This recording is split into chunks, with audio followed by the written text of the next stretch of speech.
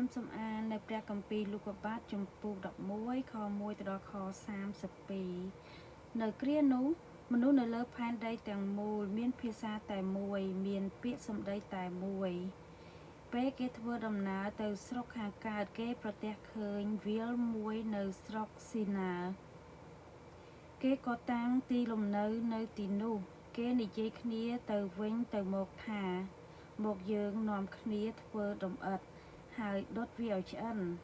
គេក៏ប្រើដុំឥដ្ឋជាថ្មនិងជ័រខ្មៅជាបាយអបន្ទាប់មកគេពោលថាមកយើងសង់ទីក្រុងមួយសម្រាប់យើងនិងប៉មមួយដែលខ្ពស់ដល់មេឃដើម្បីឲ្យយើងបានគេឈ្មោះក្រែងយើងត្រូវខ្ចាត់ខ្ចាយទៅពាសពេញលើផែនដីប៉ុន្តែព្រះយេហូវ៉ាយាងចុះមកទតមើលទីក្រុងនិងប៉មដែលពួកកូនមនុស្សបានសង់ព្រះយេហូវ៉ាមានព្រះបន្ទូលថាមើលពួកគេជាប្រជាជនតែមួយពួកគេទាំងអស់គ្នានិយាយភាសាតែមួយហើយនេះគ្រាន់តែជាការចាប់ផ្ដើម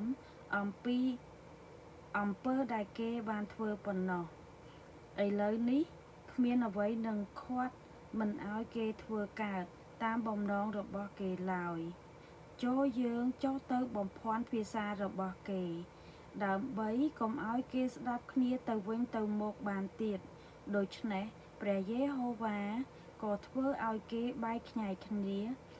ចេញពីទីនោះទៅពាសពេញលើផែនដីទៅហើយក៏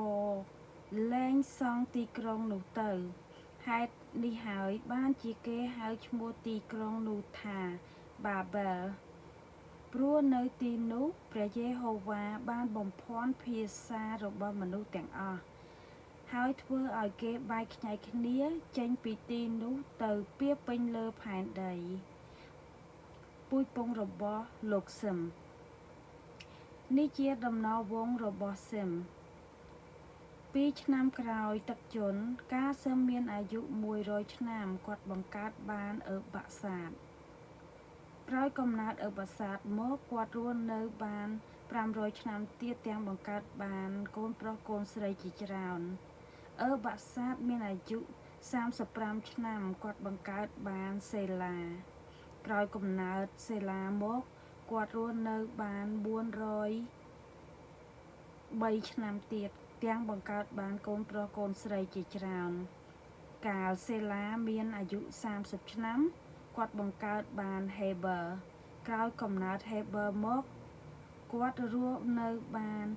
403ឆ្នាំទៀតទាំងបង្កើតបានកូនប្រុសកូនស្រីជាច្រើនកាលហាបេនមានអាយុ34ឆ្នាំគាត់បង្កើតបានផាឡេកក្រោយកំណើតផាឡេកមកគាត់រស់នៅបាន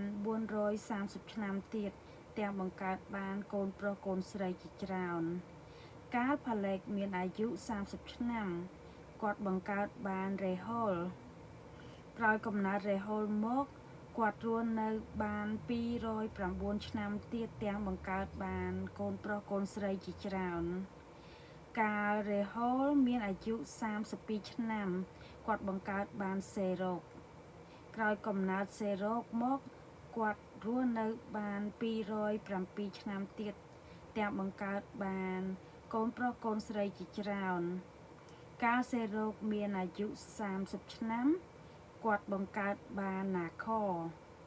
ក្រោយកំណើតណាខមកគាត់រស់នៅបាន200ឆ្នាំទៀតទាំងបង្កើតបានកូនប្រុសកូនស្រីជាច្រើនកាលណាខមានអាយុ29ឆ្នាំគាត់បង្កើតបានថេរ៉ាក្រោយកំណើតថេរ៉ាមកគាត់រស់នៅ119ឆ្នាំទៀតទាំងបង្កើតបានកូនប្រុសកូនស្រីជាច្រើនកាលថេរ៉ាមានអាយុ70ឆ្នាំគាត់បង្កើតបានអាប់រ៉ាមណាខនិងហារ៉ាន់ពូជពងរបស់លោកថេរ៉ានេះជាដំណរវង្សរបស់ថេរ៉ាបង្កើតអាប់រ៉ាមណាខនិងហារ៉ាន់ហើយហារ៉ាន់បង្កើតលូត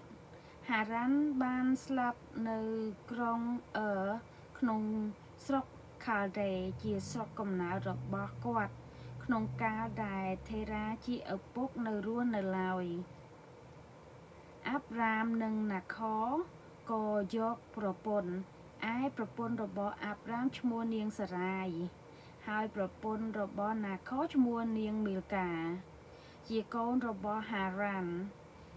ដែលជាឪពុករបស់មីលកានិងយីស្កា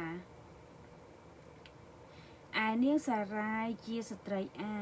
នាងគ្មានកូនសោះថេរ៉ាបានយកអាប់រ៉ាមជាកូន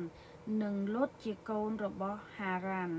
ព្រមទាំងនាងសារាយជាកូនប្រសារស្រីគឺប្រពន្ធរបស់អាប់រ៉ាមកូនរបស់គាត់បានចេញដំណើរជាមួយគ្នាពីក្រុងស្រុកខាល់ដេឆ្ពោះទៅកាន់ស្រុកកាណានកាលបានមកដល់ស្រុកខារ៉ាន់គេក៏តាំងទីលំនៅនៅទីនោះថេរ៉ាបានអាយុ205ឆ្នាំហើយថេរ៉ាក៏ស្លាប់នៅស្រុកខារ៉ាន់ទៅអាមែន